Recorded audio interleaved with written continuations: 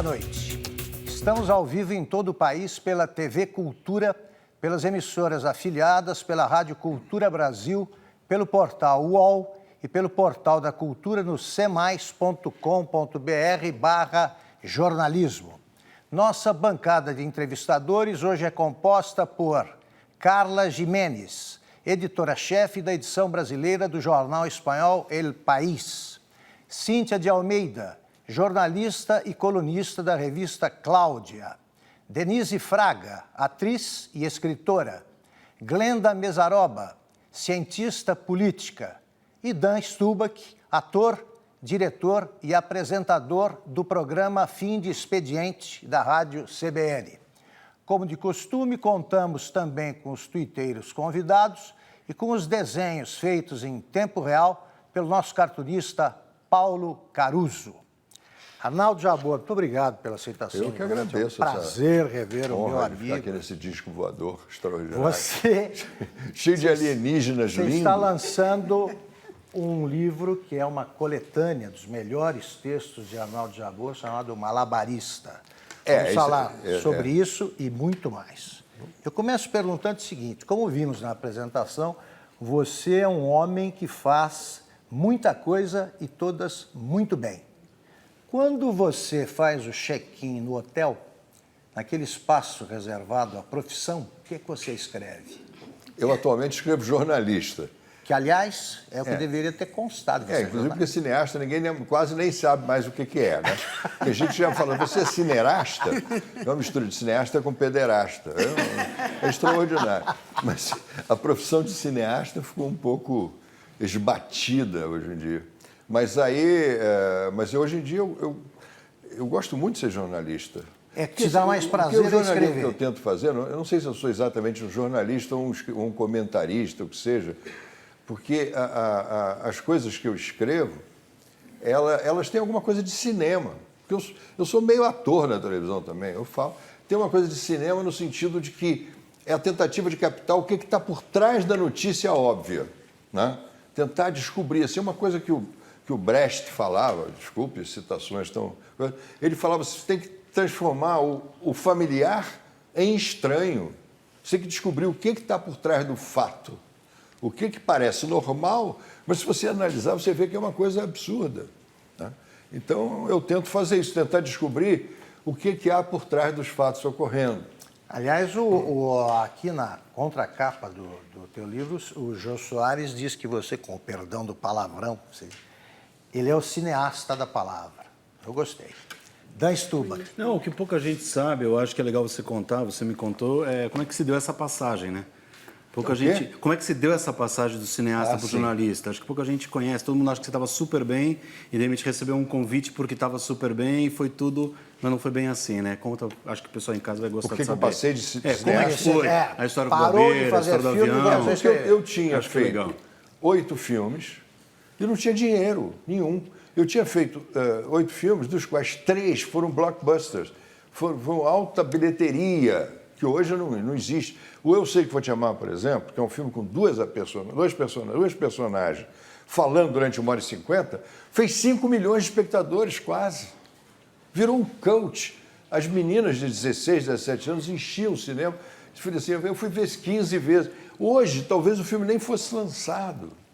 Porque a situação do cinema estava tão terrível que assim, eu não aguento mais. Eu falei, eu tenho 2 filhas para sustentar, não sei o quê. Aí, eu um dia estava no avião, eu vim a São Paulo tentar implorar filme de publicidade para fazer, que eu não tinha mais dinheiro nenhum, e já tinha ganho o prêmio em Cannes do Eu Sei Que Vou Te Amar, a Fernandinha já tinha ganho. E você ganhou bastante dinheiro com os seus filmes? Não? Nenhum. Por quê? Porque não se ganha dinheiro em cinema, é impossível. A menos que você faça uma comédia bem vagabunda, ou um filme bem sórdido, tá entendendo? Como muitos estão sendo feitos assim hoje em dia no Brasil, e as pessoas vão se adaptando a isso. Se você não fizer isso, se você tentar fazer um filme mais reflexivo, ou um pouco mais crítico, ou um pouco mais profundo, você dança. Mas você fez sucesso de público, Eu fiz sucesso, uma grana mesmo, que é a realização do sucesso. Eu ganhei, naturalmente, ganhei algum dinheiro. Eu sei que vou te chamar, eu comprei um apartamento. Consegui ganhar um dinheiro. Se eu tivesse... Não, vou dizer uma boa. Se o preço dos ingressos, quando eu lancei, eu sei que vou te chamar, em 87, fosse de hoje, eu estava multimilionário. Porque o ingresso custava 0,80 centavos de dólar, porque o Sarney tinha feito aquele plano Sarney. É, o plano cruzado, que congelou tudo. Então, o filme fez 5 milhões de espectadores, eu ganhei $100 mil, que eu comprei um apartamento, ainda fiquei devendo lá uma grana. E aí eu falei, não aguento mais. Aí eu estava indo a São Paulo por tentar puxar o saco de algum produtor de filmes de publicidade, e eu encontrei o Gabeira no avião, que escrevia para a Folha, que é uma flor de pessoa, muito meu amigo. Eu falei, Gabeira, você não pode falar lá com o pessoal que eu estou a fim de escrever, para viver. Aí, misteriosamente, porque carioca, ele não é carioca, ele é de Juiz de Fora, mas geralmente as pessoas não fazem isso. Ele falou com o Otavinho, que é uma pessoa que eu gosto muito, inteligente, tudo. E ele, então, o Otavinho me telefonou e me convidou para ir no jornal conversar com ele. Aí eu cheguei lá, ele me contratou e eu comecei a escrever na Folha. E ficou escrevi 10 durante anos. 10 anos na Folha. Foi um sucesso, etc. E aí eu comecei a escrever em outros jornais, graças a você, Augusto Nunes. Para mim Porque é... Augusto Nunes me convidou para escrever no Zero Hora, de onde ele era o diretor, e no Diário Catarinense, etc.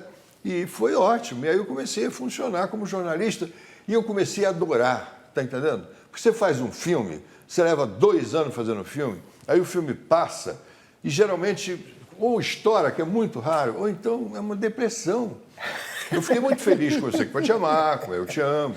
Mas, por exemplo, o melhor filme que eu fiz na minha vida, que chama-se Tudo Bem, foi visto por 600 mil pessoas, porque é mais, né? É um filme mais sério, etc.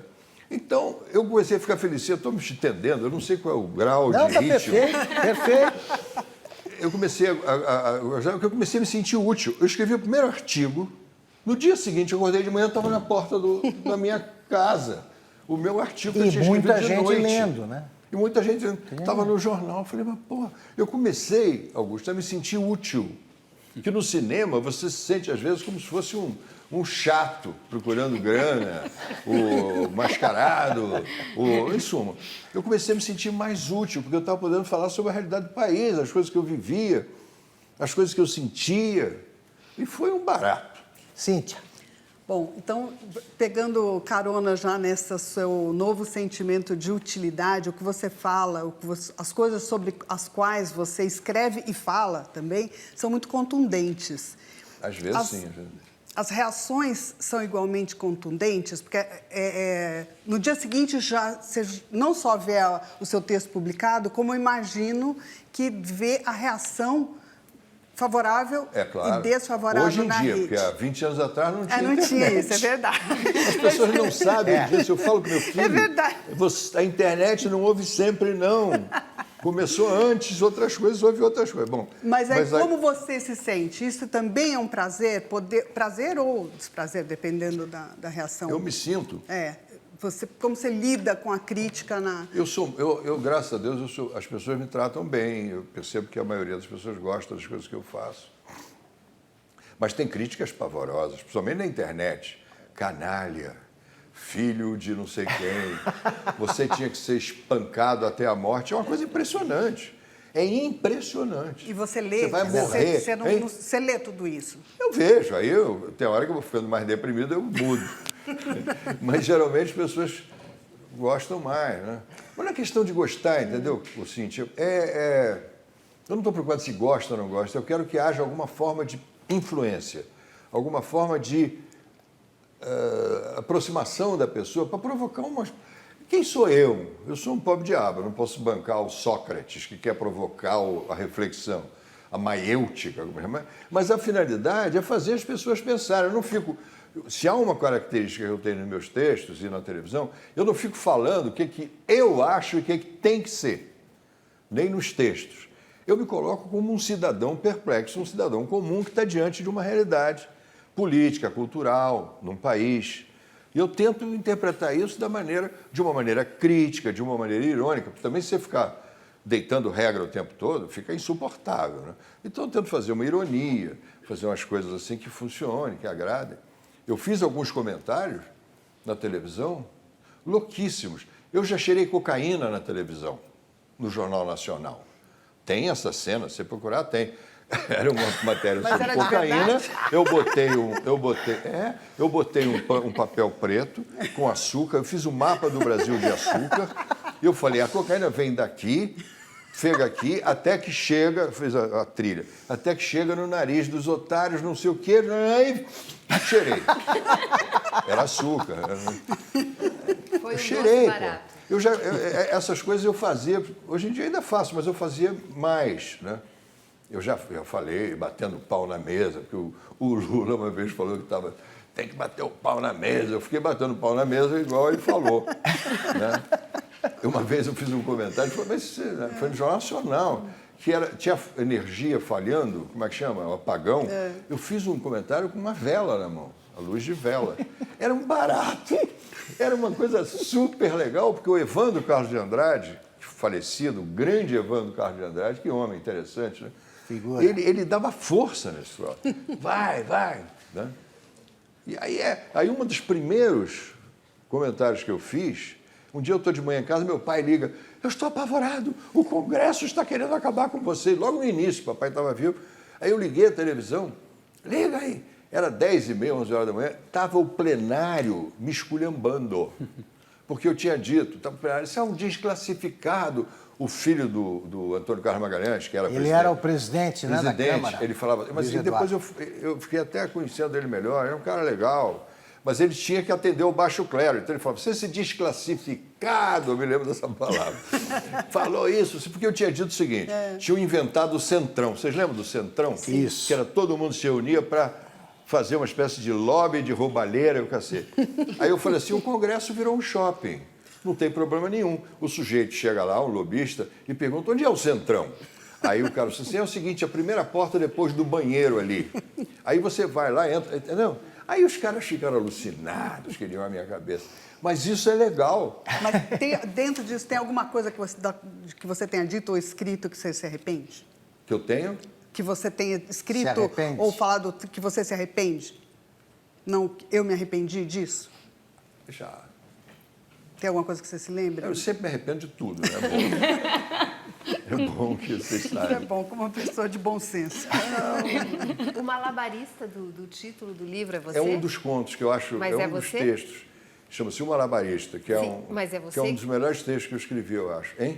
É Ele é você você. que se equilibra entre... Não, é que o nome malabarista tem um pouco a ver com a minha profissão, essa coisa que eu chuto aqui, chuto ali. Entendeu? Sim. Então, eu acho que coube esse título, mas na realidade é um dos títulos dos textos. Em algum Que é um momento... menininho fazendo de madrugada e eu com o carro blindado vendo ele fazer de madrugada, sozinho, em suma. Porque você fala, em vários textos, você remete a uma crise de identidade que já estava traçada na sua vida, né? Você fala isso em vários... Uma crise de identidade também é outra coisa que eu costumo ter frequentemente. Pois é, então eu pensei que a ideia do malabarista também vinha daí, porque você, em vários momentos, em vários textos mais antigos, inclusive, em textos mais antigos, inclusive, você fala dessa crise de identidade, que é uma coisa que te acompanha.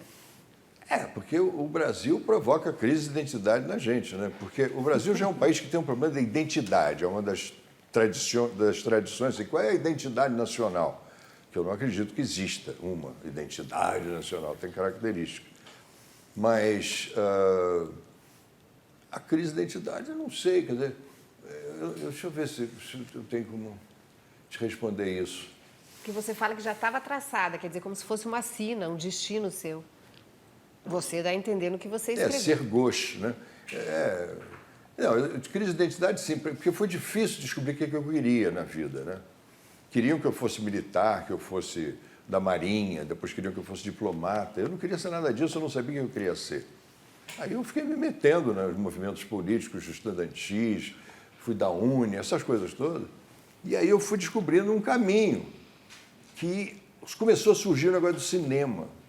Começou a haver a possibilidade de fazer cinema no início dos anos 60. Aí eu comecei a fazer cinema, aí rolou. Que o cinema, do cinema novo, da minha turma do cinema novo, a gente achava que estava fazendo uma revolução política através do cinema. Achava mesmo. O Glauber, quando ele fala a câmera na cabeça, a ideia na cabeça e a câmera na mão, quer dizer, como se fosse um fuzil. Porque o pessoal artístico, Na época da ditadura, 68, 69, quando ficou impossível de fazer qualquer forma de trabalho político, revolucionário, como muitos heróis foram e morreram. Você falou outro dia no Stuart Angel, que foi meu amigo pessoal, né? Uma pessoa que eu ajudei, inclusive participei um pouquinho da coisa dele lá, etc. Era um exemplo desse troço, né? Quer dizer, era impossível fazer política. Então o cinema teve um caráter um pouco substitutivo dessa impossibilidade. A gente achava que fazia filme e que ia mudar o Brasil, ia mudar o mundo, ia mudar, inclusive, a linguagem do cinema. A ambição era pequena, era apenas mudar o Brasil, salvar e mudar a linguagem do cinema americano. Então era impossível, claro. E o Glauber, inclusive, eu tenho a tese que uma das razões da morte do Glauber, que ele foi ficando pirando aos poucos, é que ele viu que não tinha mais espaço para a autoria dos grandes filmes que ele queria fazer. A autoria estava ficando impossível, porque a massificação era muito, muito forte, né? No início, a gente tinha esperança de que, através do cinema, se pudesse furar o muro da indústria cultural e, pelas brechas, penetrar uma imagem artística mais séria. Mas, aos poucos, a gente foi vendo que isso não era possível. Isso aí no começo dos anos 60, né? Isso no meio dos anos 60. Meio dos anos 60, antes do golpe militar. O golpe e tudo. E você começou a escrever, você já escrevia antes, né? Nessa época você já escrevia, Jabor? Sempre escreveu? Eu escrevia desde os 13 anos, me molho também desde os 13 anos. Não tem problema, aqui pode. É uma loucura. Então, porque escrever, Augusto Nunes, você é bem mais moço que eu, mas você sabe disso. Escrever era uma tarefa tão fascinante para os jovens quanto hoje é o videogame para muita gente. Pô, eu li Rambo com 13 anos, eu fiquei inteiramente extasiado, foi uma das maiores experiências da minha vida. Você lê Rambo pela primeira vez, você parece que está viajando de ácido. É uma coisa assim. Hoje em dia, eu fico tentando passar essas coisas para as pessoas, você vê que não há mais esse interesse pelo raciocínio reflexivo, etc. É uma coisa muito fragmentada. É muito fragmentado, é um videoclipe mental permanente.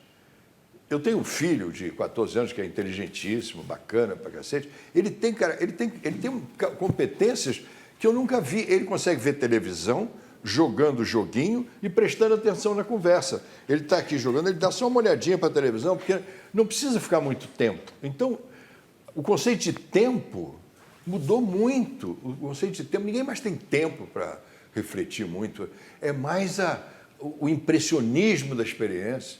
Eu fazer um filme para fazer o espectador pensar. Hoje não, os filmes são feitos para o espectador não pensar.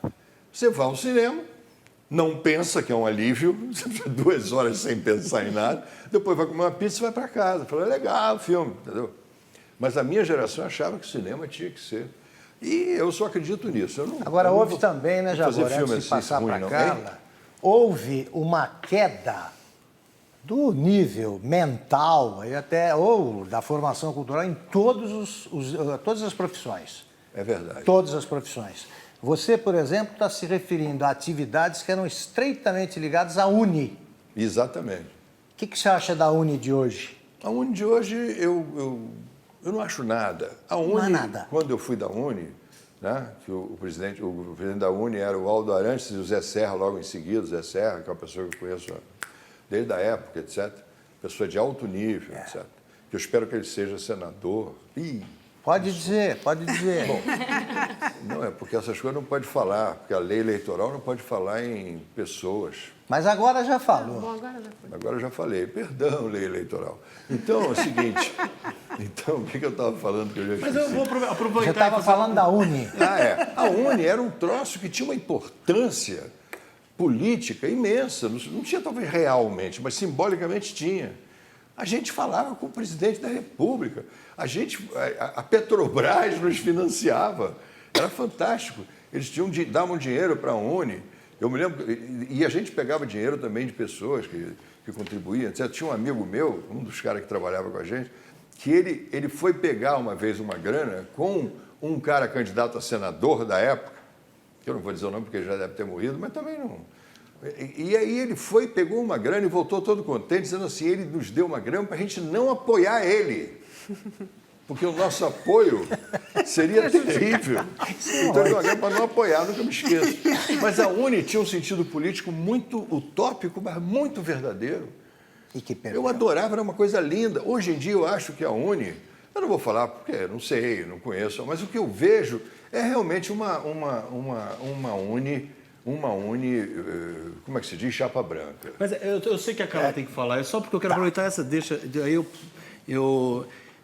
a gente fala as instituições são feitas de pessoas, né, Jabor? Hein? As instituições são feitas de pessoas. É. As pessoas que vocês eram, a turma de vocês, de alguma maneira está no poder ou quer o poder hoje, não é? Fez a história do Brasil nos últimos 10, 15, 20 anos. É. O que é que aconteceu com as pessoas? Com os Quais seus pessoas? companheiros, com os seus amigos, com os caras que queriam mudar esse país?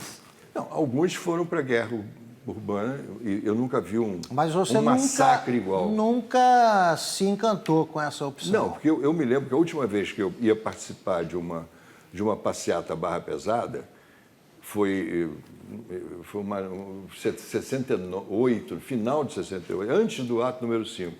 Aí disse, não, a polícia já estava caindo de pau e cavalo. Eu apanhei de espada, cavalo, espadada, é uma loucura. Mas quando o que eu estava falando aí? Você participou de uma passeata Barra Pesada. O que aconteceu foi isso, quer dizer, alguns foram para essa Barra Pesada, os outros foram para a arte, fazer coisas assim, mas a ditadura destruiu qualquer unidade nesse sentido, quer dizer, houve uma desmoralização de certos heroísmos, né? E houve heroísmos inúteis. O caso do Stuart, por exemplo, que eu conhecia, foi um heroísmo, coitado, ele sofreu uma boa.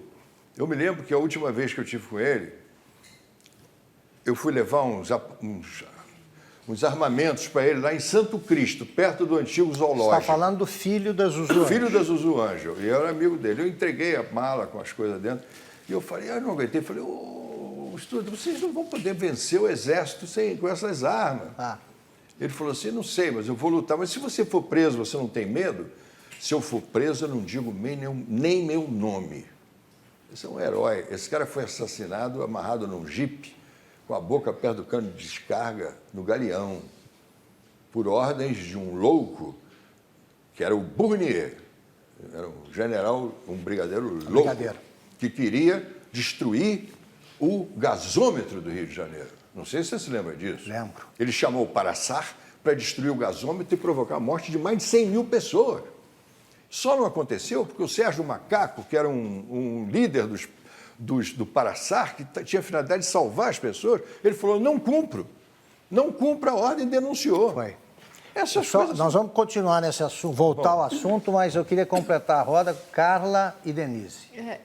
Às vezes eu fico me perguntando se não existe um excesso de saudosismo sobre o que foi os anos 70 e os heróis dos anos 70.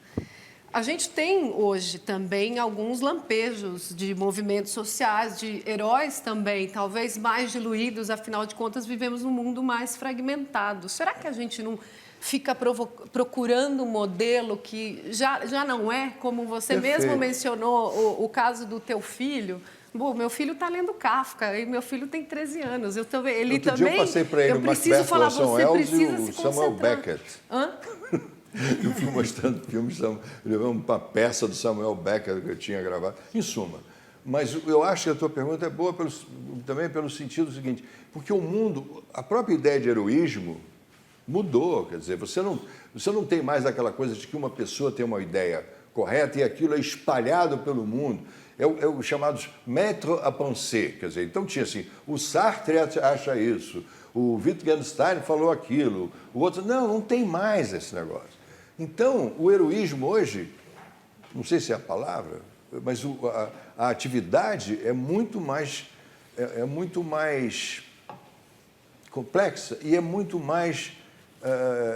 menos compensadora. A gente não vê os resultados com clareza, entendeu? As coisas não são muito visíveis. porque as coisas perderam muito a sua esperança, a sua clareza de conclusão, digamos assim. As coisas não têm mais... A esperança diminuiu muito, né? A lógica de que as coisas teriam uma sucessividade, chegariam a um ponto qualquer, essa coisa meio platônica, isso desapareceu, o que eu acho bom. Eu acho bom que não se tenha clareza sobre o futuro. Eu acho bom que não se tenha certezas inabaláveis sobre cada coisa. Eu acho bom que a dúvida é muito mais enriquecedora do que certezas burras. Não, o Brasil... Eu me lembro que eu tinha um assistente da base do Partido Comunista, que eu fui umas 2 semanas do Partido Comunista, saí porque eu nunca vi coisa tão chata quanto a reunião do Partido Comunista. Entendeu? Mas eu continuei atuando lá na turma da... E reuniões aos domingos. Aos domingos. Entendeu? Tinha lá um assistente da base que tudo para ele era o imperialismo americano, aquela contradição fundamental. A gente falava assim, mas e o movimento feminino? Tem que primeiro resolver o imperialismo norte-americano. E o movimento gay? Eram considerados epifenômenos. Está entendendo? Então era mais fácil pensar. Agora, eu realmente prefiro a perplexidade em que o mundo está, que eu acho muito mais fecunda do que as certezas que já tivemos. Que as certezas racionalistas deram no mínimo em 2 guerras mundiais. Denise. Deram no mínimo no Stalin. Né? O racionalismo é uma coisa sem alma. Outro dia eu estava vendo uma frase do Stalin, que eu até citei, que é incrível. Ele fala assim, não queremos que os nossos inimigos tenham armas. As ideias são muito mais perigosas que armas. Por que vamos deixar que eles tenham ideias? Né? Então, são frases que... Hoje em dia, nós estamos em busca. É interessante que a gente tinha riscos. A gente vai fazer isso assim, assim. Mas pode ser que não consiga. Então, havia uma crise e o risco ganhava, arriscava e perdia. Hoje em dia a gente tem incertezas, porque a gente não sabe para onde vai. Você pergunta para qualquer grupo político, o que você acha que vai acontecer? As pessoas não sabem, ele não sabe o que vai acontecer nos próximos 20 dias. Quem vai ganhar a eleição? Só para completar a roda, que estamos a poucos minutos do final do Desculpe. Não imagina nem para você bloco continuar. só, são vários. É para continuar o assunto. Você Denise. fala muito da coisa da desilusão, assim, como evolução, né? Você acha que a desilusão faz você evoluir. Como você estava falando agora, a informação, você está de boca aberta com tudo que acontece, faz você, de certa forma, evoluir. Quando eu leio suas crônicas, eu oscilo assim entre uma desesperança, que às vezes me faz ter vontade de fechar o jornal, com uma extrema vontade de viver. Né? E eu queria saber se isso é privilégio meu, se você também se sente assim escrevendo, se você oscila nessas duas coisas. Entre a desesperança e a esperança. E essa sua... vontade de viver. Essa coisa sanguínea que você tem, junto com essa coisa tão desesperançada. É que eu acho que, como a minha formação é uma formação artística, etc., sem esperança você não consegue criar quase. Tem que ter algum motivo para você fazer um texto, escrever uma peça ou fazer um filme. Se você não tem esperança mínima, aí fica difícil, né? Quer dizer, porque você pega, eu falei no Samuel Beckett, você pega a peça mais absurda, mais deprimida do mundo, né? Havia nessa depressão a esperança de uma não depressão. Sim, mas a minha pergunta é se você, quando está escrevendo lá, se você tem essa oscilação que muitos dos teus textos têm, né? Que é uma coisa, às vezes, quase romântica, que você fica com uma vontade, fica louco por aquele Rio de Janeiro que você descreve. Logo depois, você às vezes cria um otimismo muito grande, ao mesmo tempo que você fica completamente desesperançado. Eu acho isso muito bom. Vou pedir só o seguinte, Denise. Eu sou maníaco depressivo. Jabor, como eu tenho de encerrar, e vamos continuar neste assunto no próximo bloco, tem que encerrar agora para fazer essa pausa. Vamos para um rápido intervalo e já voltamos com o escritor e jornalista e cineasta, está escrito ali, Arnaldo Jabor. A ordem é boa.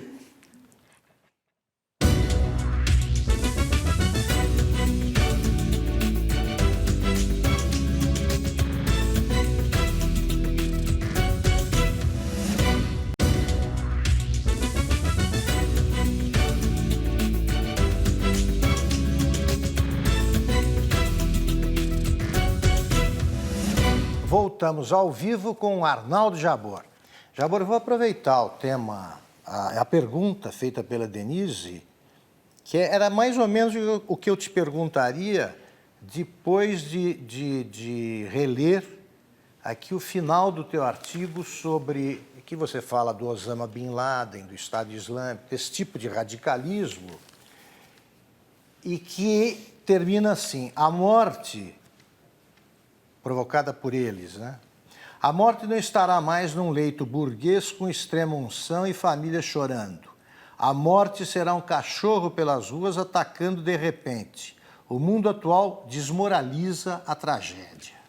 Osama está se vingando do Ocidente lá do fundo do oceano. O Estado Islâmico é seu herdeiro. Osama traçou um destino de linhas tortas para o século XXI. Eu te pergunto, repetindo o que perguntou a Denise, você, quando escreve isso, você acha que não tem mais jeito, que esse tipo de problema não tem solução, ou você acredita que Solução será é impossível. solucionado? Solução é uma invenção americana. Aham. Né? Vamos resolver. O americano acha que resolve. Entendeu? Vamos resolver isso. Let's find a way, não sei o quê. Não tem solução no ponto de vista concreto. Pode ser que tenha um dia, pelo desgaste dos materiais, pelo tédio histórico, mas atualmente eu não vejo saída. Eu acho que o mundo está numa situação muito perigosa. Eu vejo isso, eu não sou um historiador nem nada, mas qual é a saída? As coisas insolúveis são muito grandes. Não há solução para Israel árabe, não há solução para a bomba atômica do Paquistão, que um dia vai ser pegada por um daqueles talibãs, entendeu? Não há solução para o Irã e Israel também. Não há solução para porra nenhuma. Não há solução, não, sim. Não há solução também porque um terrorista, num ato solitário, ele muda a história. A luta contra o terrorismo é o seguinte: se eu luto contra um grupo que quer morrer, não há vitória, né? Porque a luta, a guerra isso, pressupõe, né, que se o sujeito tem medo de morrer, ele luta. Mas eles não têm medo de morrer. Eles até têm Mohamed Omar. O Mohamed Omar falou. Né? Nós amamos a morte. Vocês sempre gostaram de viver. Vocês sempre gostaram de viver. Isso é o imã, o mullah Muhammad Omar, que é um dos líderes xiitas, etc. Ele falou, não, essa gente aí sempre teve mania de viver. Nós não, a gente ama a morte. Nesse livro tem, aliás, um dos artigos que eu mais gosto, que chama-se O Anos na Nova Ordem Mundial, que é a história de um cara que está sendo degolado por um terrorista. Ele é um intelectual francês, chiquérrimo, maravilhoso, a favor dos palestinos, mas ele está sendo degolado por um terrorista que, quanto mais a faca estiver enferrujada, é melhor, porque dói mais e demora mais degolar. Quanto mais demorar, mais perto ele ficará do céu. É impressionante. E aí é engraçado porque o cara o tempo todo não consegue parar de pensar.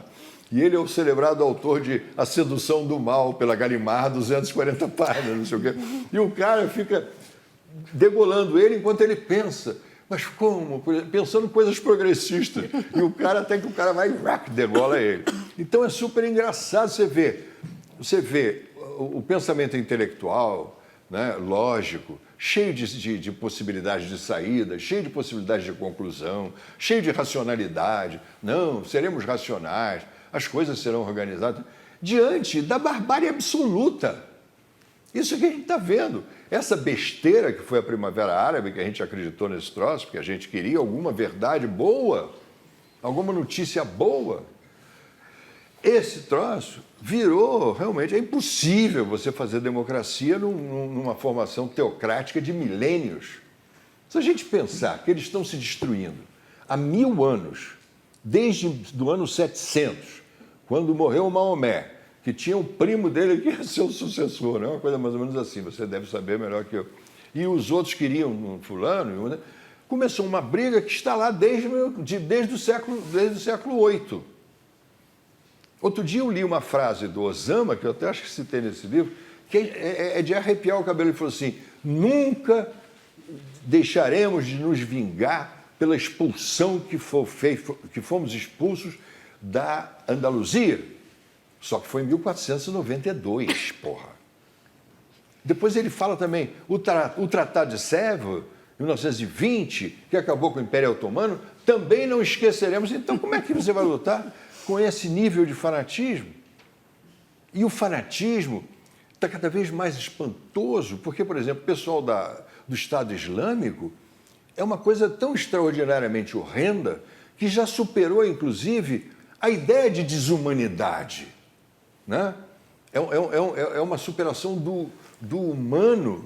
E não é a transformação das pessoas que são assassinadas em bichos, são transformadas em coisas, né? Não há mais aquele mundo possível de um pouco de racionalidade. Pode ser que isso volte a haver, mas isso tudo é reflexo de uma ruptura geral da economia, do capital global, tudo isso. Isso provoca um tipo de pensamento assim, fragmentário. Você tinha feito uma pergunta quando eu encerrei o primeiro bloco, você considera respondida? Quer falar? Não, eu considero super respondida, mas o que eu fico curiosa é você lá mesmo no teclado, se você às vezes faz assim, ai não vou escrever isso não. Se você fala, ai não, agora eu peguei pesado demais. Não, peraí. Ou, ao contrário, não, peraí, se você oscila, você como? Você está se descrevendo. É porque é escritor. Talvez. Ela quer saber se você tem medo de alguma coisa. Não é por medo, não. Vê bem, como ela se você faz. mesmo, dentro de você, se você não tem essa oscilação quando eu leio essas queria crônicas... Mas eu queria ter Porque de um eu lado queria- esperança. Eu não... Eu queria saber, o final da pergunta até é esse, que lado que prevalece, né? A desesperança? Eu acho que o que prevalece é essa mistura das duas coisas, como nunca. Quer dizer, é muito difícil hoje em dia você distinguir o que é mal e o que é bem. Tem até um artigo muito célebre, um artigo de um cara muito bacana, que é um francês chamado Jean-Pierre Dupuy. Sabe quem é esse cara? Ele é super legal. Ele escreveu um artigo sobre um livro chamado O Catastrofismo Iluminista. E ele fala um negócio, ele estuda isso, ele diz que o mal, com L, não tem mais sujeitos. O mal não é mais praticado por uma pessoa que quer fazer um mal. O mal é uma coisa geral, difusa, que está se programando sozinho. Então, por isso que eu acho que não adianta o herói que vai resolver, não adianta o cowboy que chega e salva a humanidade, como nos filmes americanos. Não existe o salvacionismo nessa faixa, né? Então, é isso que eu acho. Quer dizer, agora, o que vai acontecer, ninguém sabe. Ninguém sabe. O Obama não sabe, a Angela Merkel não sabe, ninguém sabe porra nenhuma. Então, isso eu acho interessante. Pô, são tantas perguntas, cara. Não, são tantas as gente continua possibilidades. conversando. Mas eu vou me apegar, talvez, a que eu acho mais, sei lá, mais pertinente agora. Você estava falando de radicalismo, de salvacionismo. Então, eu quero trazer isso para a nossa realidade aqui, para o nosso país. A gente vive um momento em que se tornou bastante comum o comentário de que a discussão morreu, que não há como se discutir, não há como se ter opinião. Porque ao ter opinião, você é rechaçado de uma tal maneira que não há discussão. Mas saber se você concorda com isso, se isso acontece contigo, eu acho que acontece, e se de alguma maneira isso te impede ou te motiva. Isso me dá tristeza, isso me desanima. Porque você falou um troço verdadeiro, ter opinião é considerado caretice. Mas não parece que te desanima, não, porque você continua emitindo opiniões. Esse livro foi escrito durante 20 Não, anos. continua emitindo. Sabe? Essa coluna é de uma semana. Você continua emitindo opiniões à vontade, né? Não é. Mas o que dizia eu? Você vê que o negócio está indo... Você me perguntou... Se isso te inibe, desanima. Se você acha que está difícil ter opinião no Brasil... Sim. Se a gente... Você ter opinião é considerado caretice. Porque você tem uma opinião, você tem uma certeza. Esse cara é como? Como? Ter certeza ficou uma coisa feia. Né? Mas não são eles que criticam que têm certezas, Jabu? Não. Eu digo uma coisa meio sem pessoas, mas é um clima geral de que você vê na internet com uma clareza enorme, né? De que a opinião, a ideia de autoria é uma coisa que foi do passado também. A ideia de você passar uma coisa concreta, no cinema, por exemplo. Eu estava vendo um troço que me fascinou outro dia, que eu fiquei prestando atenção. Os filmes hoje em dia, né, muitos filmes hoje em dia que são feitos propositadamente inexplicáveis. É uma coisa muito incrível esse troço. Né? E mal feitos também. Se você fizer um enquadramento muito bem feito, o que está por trás desse enquadramento? Está um desejo de afirmar uma verdade plástica. Em primeiro plano, a mulher, no segundo plano, o sol se pondo. Isso não é mais legal, isso também não é mais usado quase. Né?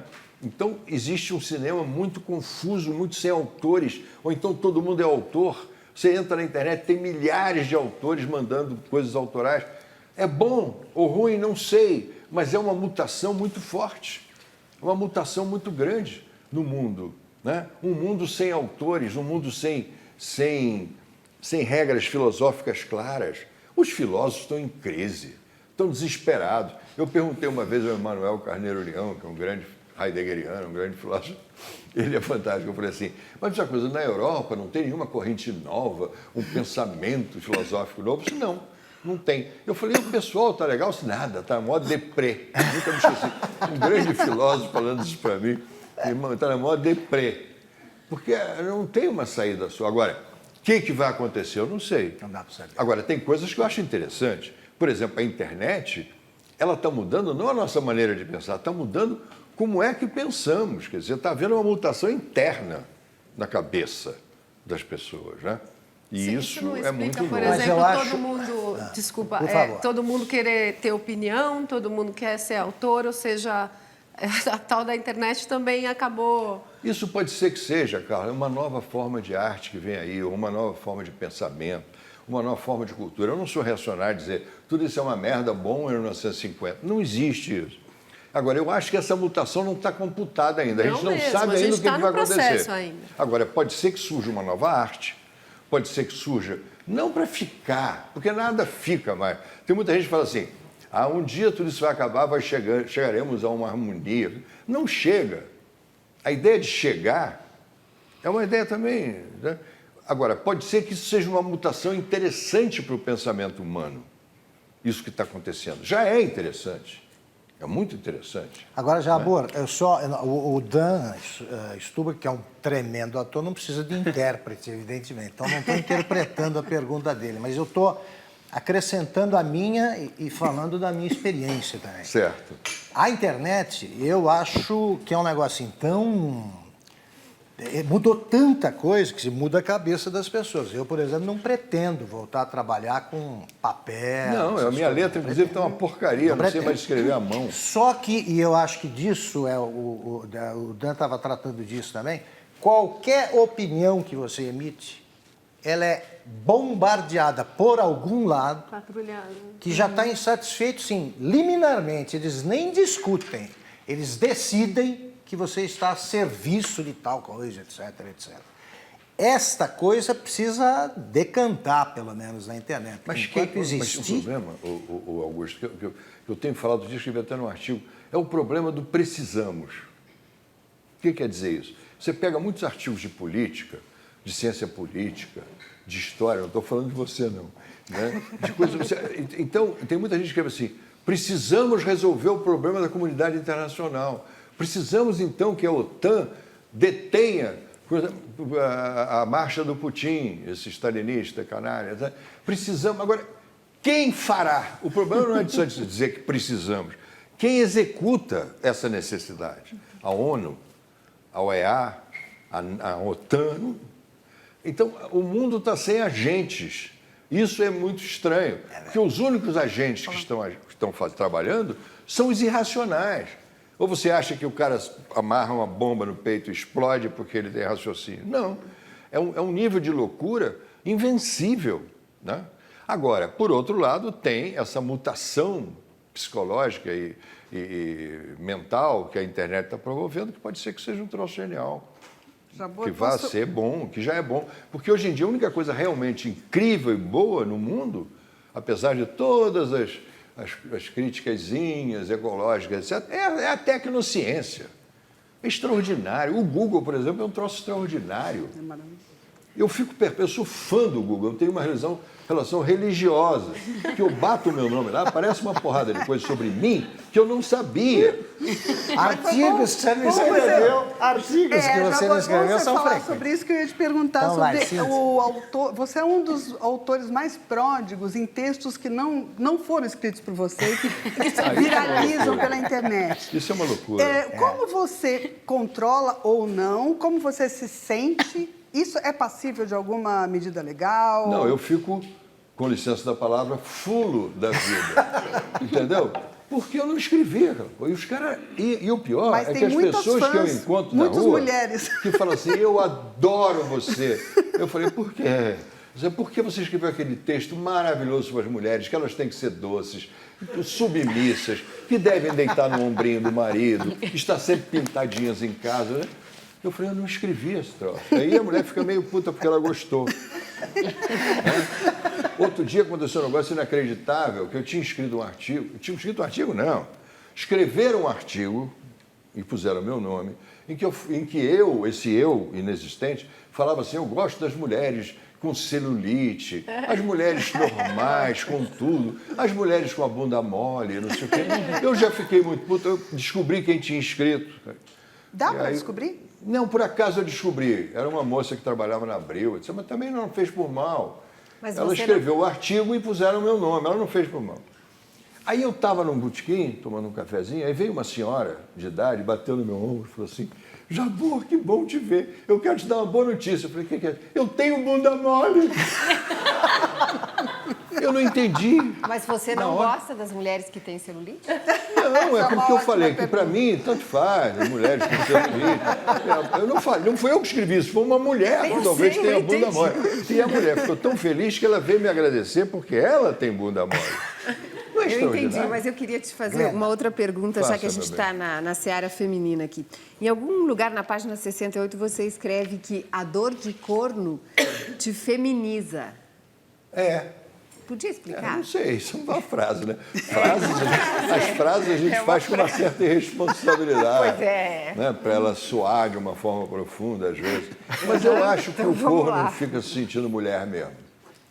Eu, modestamente, já tive meus chifres, como todo homem aqui, menos o Augusto Nunes, naturalmente. Porque feminiza, Mas, então, é uma sensação pavorosa, porque você se sente emasculado, você se sente, quer dizer, bom é o outro, é o Ricardão, porque o Ricardão foi preferido a você, logo, você não... Aí você começa a ficar se sentindo meio mulher. Pois Daí, é, mas por isso que eu falei. você se diminui, você se sente mulher? Hein?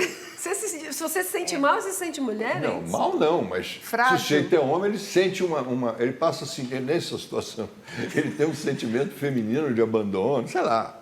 Aí também é uma frase, entendeu, Breno? Daqui a pouco ele vai dizer que ele escreveu. Mas a dor de corno... Eu tenho uma tese interessante também, que o complexo de Édipo forma os homens, etc., a racionalidade, mas o cara só vira adulto quando é corneado. Porque o cara que nunca foi corneado, ele se sente absoluto, ele acha que tudo tem lógica, que a mulher é eterna, que o amor é eterno. Aí, de repente, leva um chifre e fala, porra, a vida é mais complexa. O cara fica... O corno é filosófico. Eu tenho uma teoria meio banal, assim, sobre que a tua paixão por essas frases veio com o Nelson. O Nelson tem Nelson frases Rodrigues. extraordinárias. E do teu convívio com ele. Eu aprendi muito não com foi? ele. E que você se apaixonou por esse tipo de frase, esse tipo de Isso. frase impactante, provocativa eu adoro. com As ele. histórias do Nelson são Então, sensacionais. queria que você compartilhasse com a gente, eu sei de alguma, Claro, que você quiser.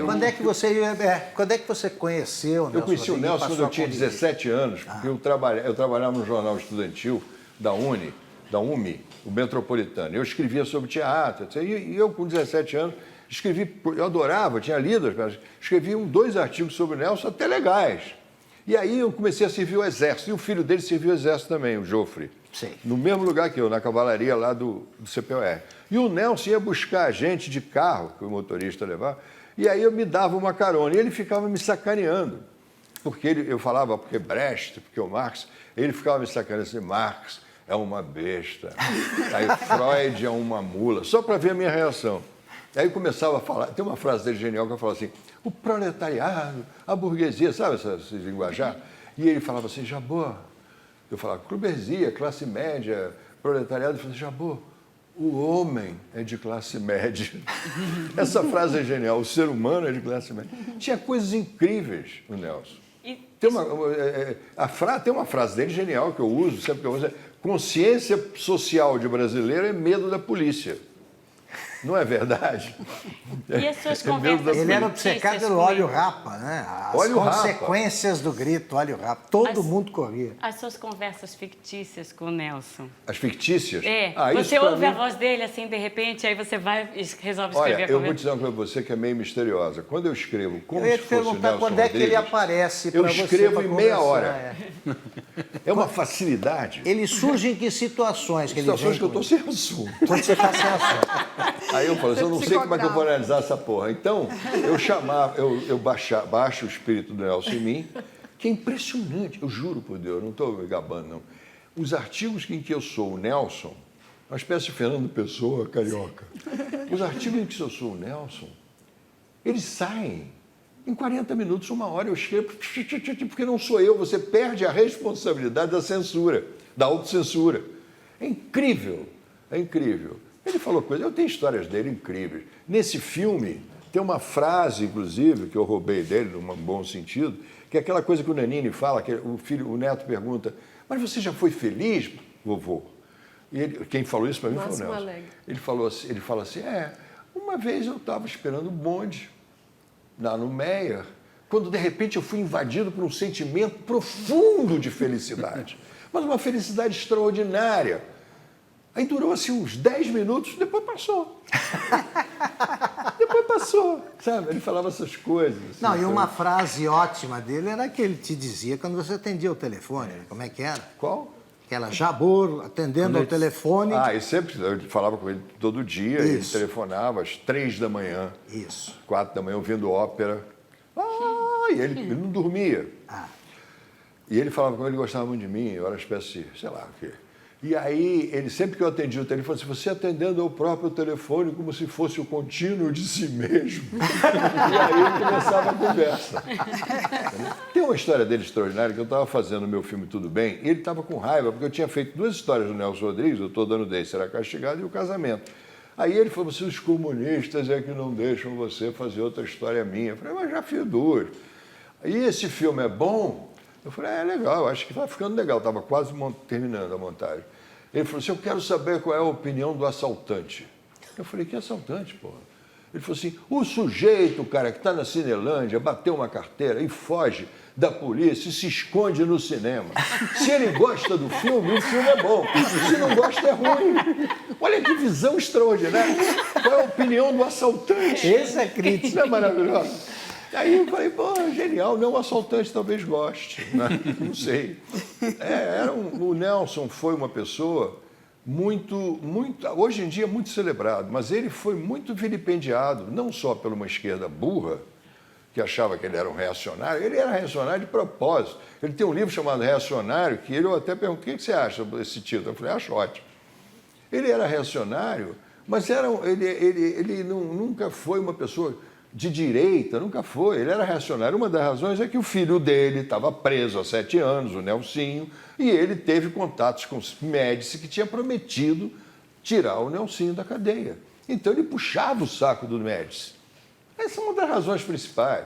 E ele tinha muita raiva das certezas também. Ele chamava os marxistas de galinheiro. O cara que chega com certeza absoluta, não sei o quê, ele não gostava desse troço. Ele falava, mas que é isso? As coisas não são tão simples. Ele tinha uma visão muito moderna nesse sentido, que na época foi considerado fascismo.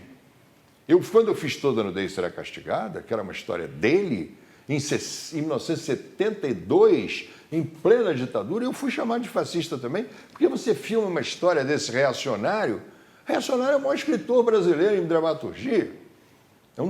Inclusive um cronista extraordinário, que o Gilberto Freire até dizia que ele era melhor cronista até do que dramaturgo, porque ele tem um texto extraordinário. E o Nelson sempre foi uma pessoa extremamente revolucionária em termos sexuais, morais, né?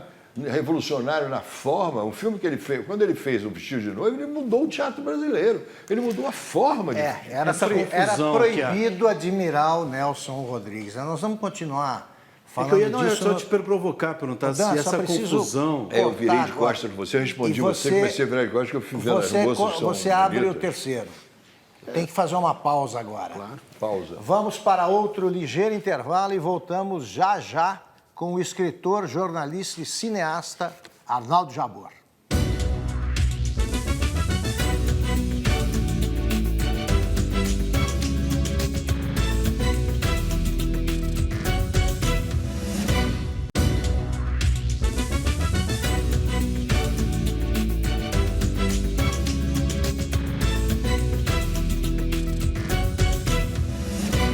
estamos ao vivo com Arnaldo Jabor. Jabor, você falava de regiões e conflitos. Regiões? Regiões e conflitos. Conflitos.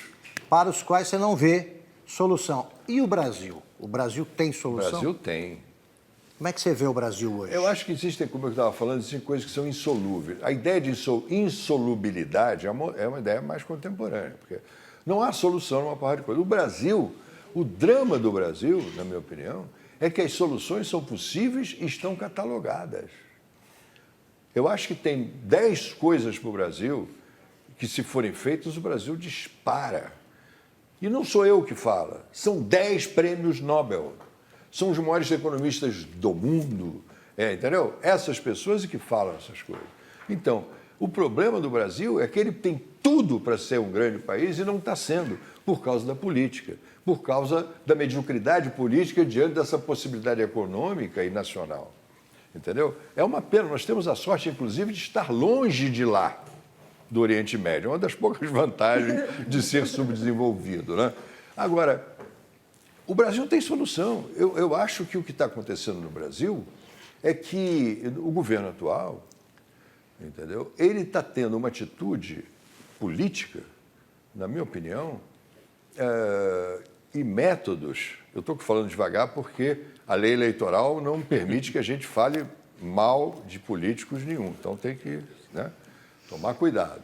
Mas o Brasil, quer dizer, ele tem uma... Olha só, olha como eu estou. Estou esquecendo as coisas que param no meio. O Brasil tem as soluções. As soluções...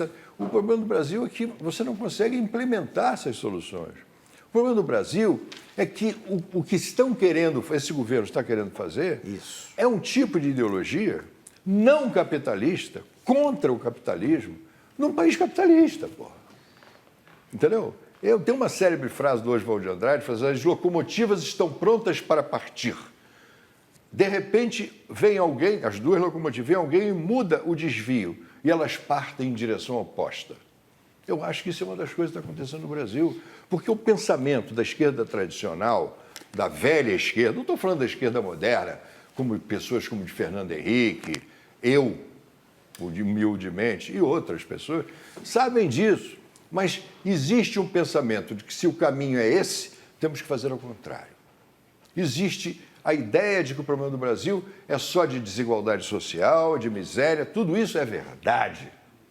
Mas isso não são as causas, são as consequências de um país que foi criado e colonizado e desenvolvido através de um pensamento patrimonialista, que gera vícios muito conhecidos como corrupção, clientelismo, burocracia, salvacionismo, oligarquias, etc.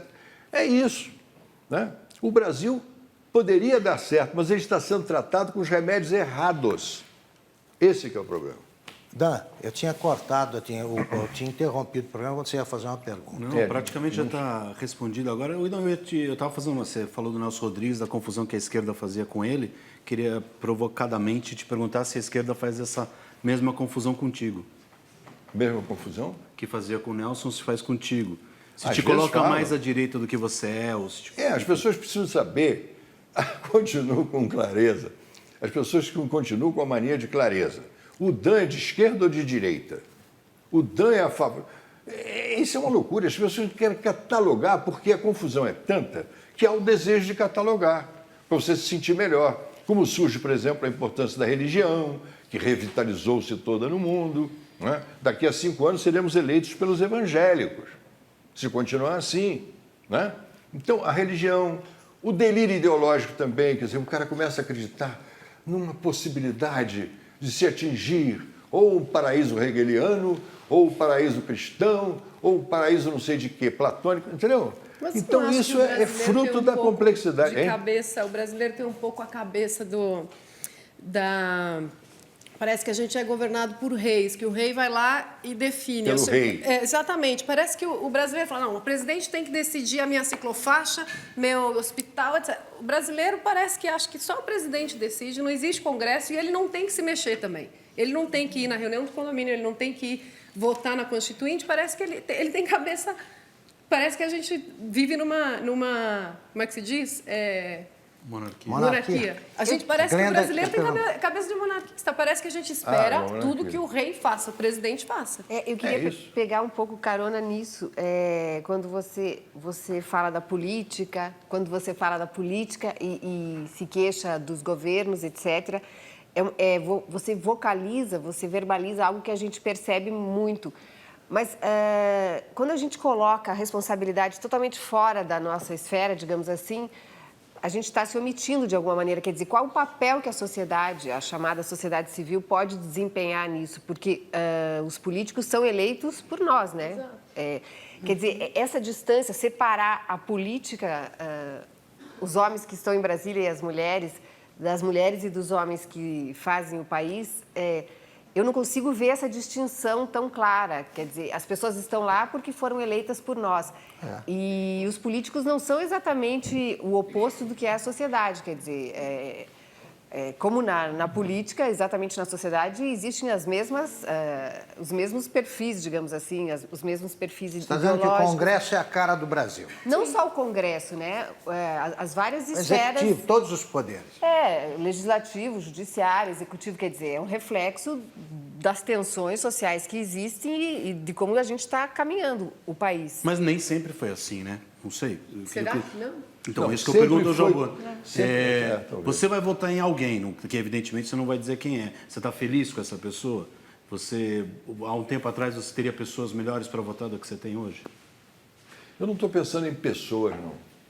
Eu gostaria que essa eleição fosse uma mutação na vida brasileira. Que eu não sei que mutação é. Entendeu? Mas aí eu não é sei que esperar. se for eleito uma pessoa, tem uma característica. Se for eleito o Aécio, por exemplo, é outra característica. E a Marina foi eleita, é outra característica.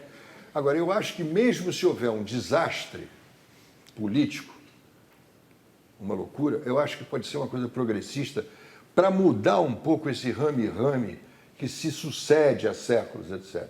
Mas eu queria responder o que ela me perguntou. E só uma coisa, mas quando você fala que queria uma mutação, não é meio, de uma maneira mais sofisticada, esperar por uma salvação, um salvacionismo? Não é salvação, é desorganização. Eu acho que o Brasil precisa desorganizar o pensamento político vigente.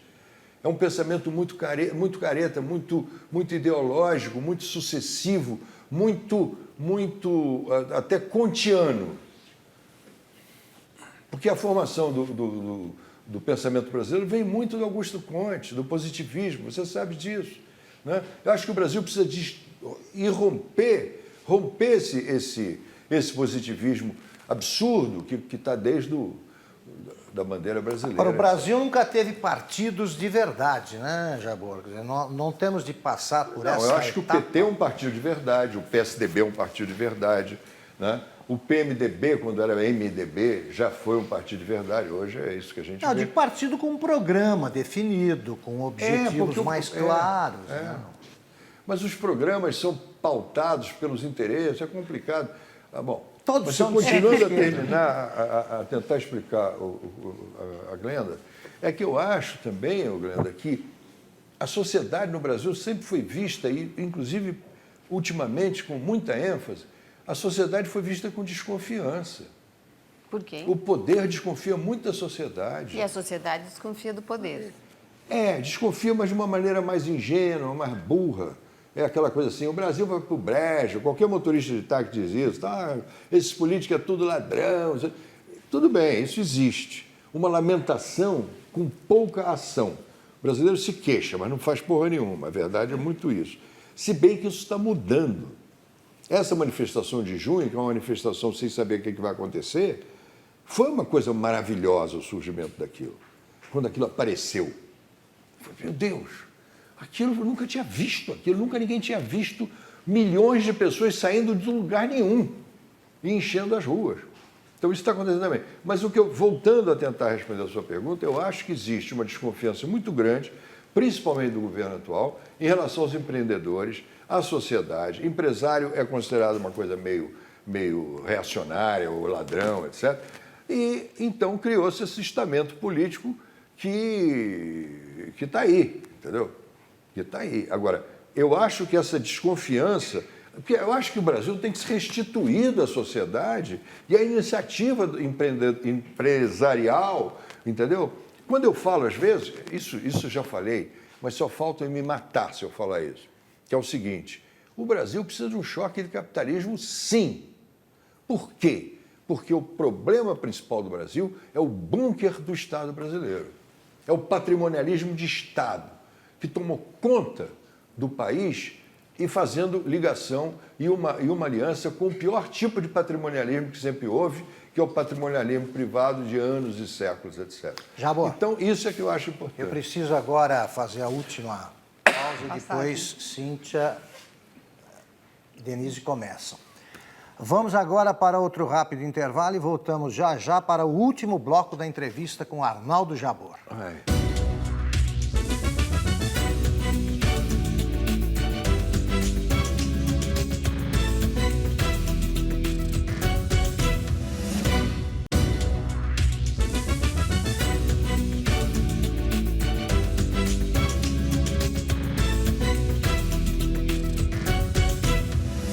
Voltamos ao vivo para o último bloco da entrevista com Arnaldo Jabor. Jabor, voltando ao Brasil, continuando por aqui. Continuando no Brasil. O que me chama a atenção é o seguinte: que você tem os problemas que não se resolvem. Eu vou dar 2 exemplos. A frase "muita saúde e pouca saúde, os males do Brasil são", Mário de Andrade, pela voz do Macunaíma, é isso. Pouca saúde e muita saúva, como mostram os casos sucessivos de corrupção, um maior que o outro. E a Petrobras, quer dizer, que é alvo de uma roubalheira gigantesca, e ainda continua discutindo a questão do monopólio da produção de petróleo, etc., como se estivéssemos em 1950. Quer dizer, não te dá a sensação de que o país ele fica girando sobre si próprio? O Brasil gira em torno do Estado. O Estado, desde a colonização portuguesa, é considerado o centro de tudo. Essa é a base do patrimonialismo, né? É a ausência de diferença entre o público e o privado. Então, o Estado continua sendo a origem e o fim de todas as coisas. O que você perguntou, né, foi que... Por que O que é que você perguntou? Por que não resolvem isso? Por que as perguntas e os problemas de 80 anos atrás, ou de 50, eles continuam? Né? Porque eu não sei, mas continuam, porque continua essa mentalidade de que os problemas têm que ser resolvidos pelo Estado brasileiro. E o Estado, muitas vezes, não é a solução, é o problema. Perfeito. É uma frase reacionária do Reagan, mas que eu até acho correta. Jabor, eu vou mudar de assunto. Eu vou falar aqui de uma coisa Pode mudar à vontade. Mundana. Vou falar de sexo. Opa! Eu vou ler aqui um trecho de uma crônica sua. O prazer anda de cabeça baixa. A permissividade total esvai o tesão. O prazer precisa de proibição. É o quê? A última frase? Prazer precisa de proibição. Proibição. Da proibição. Com esse quadro que você pinta, a gente atravessa ou a gente ingressa numa era da insatisfação? Porque não tem como reverter isso. É estranho isso. Interessante essa colocação, essa pergunta. Porque eu acho que foi o Baudrillard que falou que a sexualidade absoluta leva à assexualidade. Quer dizer, eu acho que quando eu falo que o sexo precisa de proibição, também é uma frase. É uma frase. As frases não esgotam tudo. Mas se você não tiver um mínimo de lei, você não consegue ter desejo. O desejo sempre tem alguma coisa de transgressivo, não é só eu tenho... Entendeu? Os desejos ficam fáceis. Eu fico impressionado, eu vejo entrevistas nos jornais, na televisão, né? E as pessoas dizem assim, não, eu gosto de...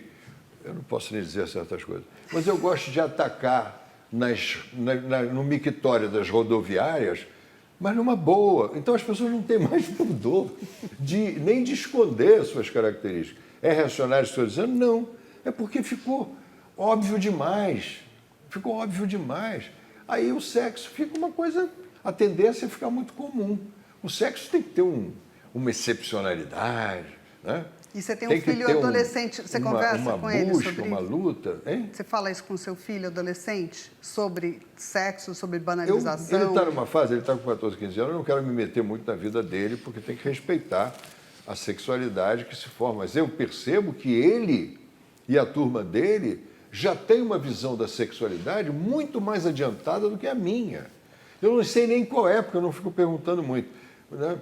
É que você sente que, para eles, não tem sentido nem esse exibicionismo que você fala, nem essa coisa da minha geração, de que tem que ter proibição, não sei o quê, de que é feio, de que não é feio, isso pode, isso não pode. O problema de gay, não gay, por exemplo, essa geração do meu filho, não existe. Ele diz, fala é gay. Eu falo, não é, dane-se. A minha geração ainda tem preconceito. Né?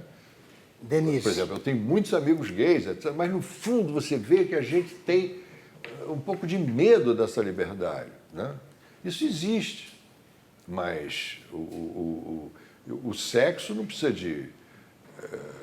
não é só de proibição, mas ele precisa de um certo... sei lá. Já vou. O sexo não se fala, é melhor fazer. Sexo não se fala, é melhor falar Eu que... queria- É feito discussão de relação. Não adianta. A gente tem muitos Não assuntos para adianta, falar né? com você, Jabô. Tem muitos assuntos. Eu tenho vamos agora lá. um pouquinho de tempo, mas eu queria Aí te ele faz um perguntar... adendo, ele faz uma extensão do programa. Porque você sempre... o cinema que você fez, você queria dizer coisas, né? Aí depois Lógico. você encontra o jornalismo e a crônica, onde te dá um poder de comunicação muito grande e uma liberdade para isso, né?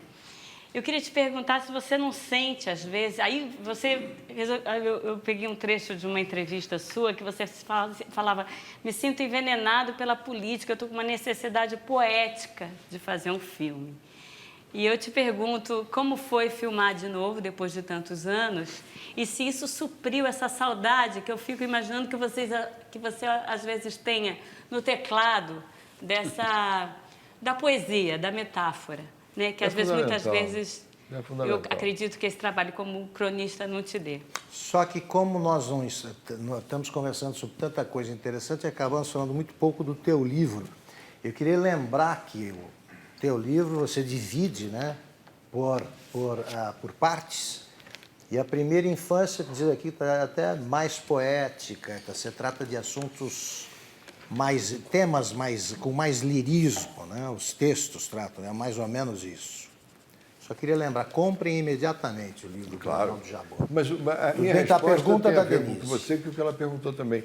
Porque a necessidade poética ficou um pouco aviadada. Você fala assim, a poesia, você acha que esse cara é viado. A poesia é essencial, não é a poesia medíocre que a gente vê, mas a grande poesia, ela é filosófica, ela não é filosófica. A grande poesia, ela nos põe em contato com o mistério da vida. O mistério da vida também não é muito bom, essa comparação. Mas a poesia nos coloca em contato, a arte nos coloca, isso sim, essa é melhor. A arte nos coloca em contato com o que não existe, com a falta. Existe uma definição de arte que eu gosto de citar do nosso querido, olha aí como é que está o negócio, do nosso querido, o cara que fez o Le Théâtre et son double, não é? Teatro Seu Duplo, Peter Brook. Hein? Peter Brook, Teatro Seu Duplo. Isso, o Teatro e Seu Duplo. Como é o nome do autor? Acho que é o Que me Peter fugiu. Peter Brook. Antonin Artaud. Não, esse é... Antonin Artaud. Peter Bom, Brook, está dizendo? que ele tem uma definição de arte que é genial, que ele fala assim, a É a arte assinatura. não é a imitação da vida. Olha que frase profunda. A arte não é a imitação da vida. A vida é a imitação de alguma coisa transcendental e misteriosa com a qual a arte nos põe em contato. É do Arthur, estão lindo. confirmando. Essa frase é genial do Arthur. E tá no teu livro, Essa frase né? é genial. Tá no livro. Hein? E tá no seu livro, né? Essa frase eu usei, né? Porque a arte tende a suprimir a ausência da falta, porque nós somos bichos que fugimos da natureza. Nós temos tudo, menos a natureza. Você acha que que o tigre está pensando em poesia, o tigre está vivendo. Ele não está pensando na morte, ele não está pensando... Ele está lá comendo, transando, fugindo e dormindo. O leão, o elefante, todo mundo. O ser humano não, ele saiu da natureza. Ele se exilou. Então ele tem uma imensa saudade dessa natureza onde a ideia de morte não é consciente. Porque é o único animal que sabe que vai morrer é a gente. Então, esse desejo de voltar ao mundo da falta, só a arte e a poesia podem nos colocar longínquamente, ou próximo, né? É um paradoxo isso, mas ele nos fazer sentir que algo maior existe. Eu li há pouco tempo o livro do Tolstói, Ana Karenina, que eu nunca tinha lido, e que eu recomendo porque é uma das coisas mais extraordinárias que eu li na minha vida. Você leu há pouco tempo? Eu li há pouco tempo, há um ano atrás, que eu nunca tinha lido. Eu li outras coisas do Tolstói, nunca tinha lido. Eu fiquei alucinado. E no final, a personagem principal ela vai ficando mística. Eu sou a pessoa menos mística do mundo. Eu não acredito em nada. Pois é, eu ia te perguntar, você acredita em Deus? Como? Não. Você acredita em Deus? Eu ia te perguntar. Eu acredito no Deus de Spinoza. Depois eu digo qual é. Mas eu estou dizendo, você sabe provavelmente, mas Ana Karenina. Tolstói. Hein? Ana Karenina. Tolstói. Então, no final, ele entra num delírio místico. Pela primeira vez, eu adotei esse misticismo. Porque ele fala mais ou menos o seguinte: eu não sei o que é que existe, se Deus existe ou não existe, mas eu sei que eu faço parte de alguma coisa misteriosa e maior e que dá, de alguma forma, mesmo que eu não saiba, um sentido da minha vida. Isso não é genial? Entendeu? É isso que, né? É uma coisa de Jabor, você... nós estamos no fim do programa, você precisa responder. Agora que eu ia então. dizer um troço inteligente... Não, diga e responda o que a Glenda perguntou. Fala, Glenda. Você acredita quer em perguntar? Deus? Não, eu perguntei se você acreditava Você em falou Deus. do Deus de Eu Spinoza. acredito no Deus de Spinoza. É o seguinte, Spinoza, que na minha opinião é o maior filósofo que já houve, pelo pouco que eu sei, eu li algumas coisas, etc.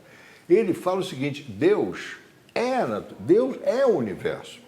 Não é que Deus está em todas as coisas como no panteísmo, né? O panteísmo diz, Deus está em todas as coisas. Não, ele fala, todas as coisas estão em Deus. Deus é a substância, é tudo isso que está aí. Você e a galáxia são frutos da mesma substância, o pensamento. Então isso é extraordinário. O pensamento do Spinoza, ele influenciou Einstein, ele influenciou os grandes cientistas, porque ele descobriu uma coisa que é fundamental. A substância, ela é eterna, infinita, e Deus está dentro dela também. A ideia de Deus, a ideia do ser eterno, né? Então, é isso, quer dizer, nós fazemos parte, então não existe um Deus e o mundo. Não existe Deus fazendo umas coisas lá, pensando, e o universo. Não existe Deus e o Big Bang. Não, tudo aquilo é a substância se manifestando. E que a gente dá o nome de Deus. Provavelmente ele, no século XVII, ele tinha que falar em Deus, né? Encerrou brilhantemente. Infelizmente, nosso tempo acabou. Eu agradeço a participação da Carla Giménez, da Cíntia de Almeida, da Denise Fraga, da Glenda Mesaroba, do Dan Stubach, dos tuiteiros convidados e do nosso cartunista Paulo Caruso. Agradeço também a você que nos acompanhou até agora e, em especial, ao Arnaldo Jabor pela excelente forma em que se apresenta. Agradeço ter a oportunidade de dizer as coisas, mesmo as bobagens. Foi brilhante. Boa noite, boa semana a todos e até a próxima segunda.